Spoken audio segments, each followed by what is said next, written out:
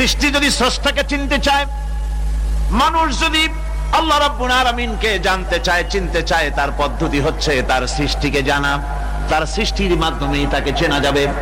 আল্লাহ পাক বলেন, আল্লাযীনা ইয়াযকুরুনাল্লাহা কিয়ামান ওয়া কুউদান ওয়া আলা জুনুবিহিম ওয়া ইয়াতাফাক্কারুনা ফী খালকিস সামাওয়াতি ওয়াল আরদ রব্বানা মা খালাকতা হাযা বাতিলা সুবহানাকা ফাকিনা আযাবান নার।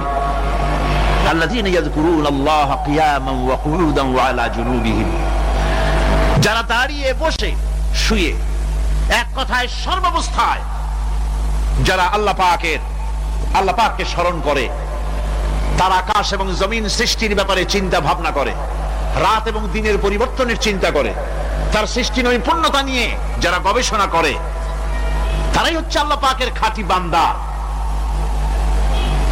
একজন সত্যানুসন্ধানী, চোখের সামনে যখন নিখিল বিশ্বের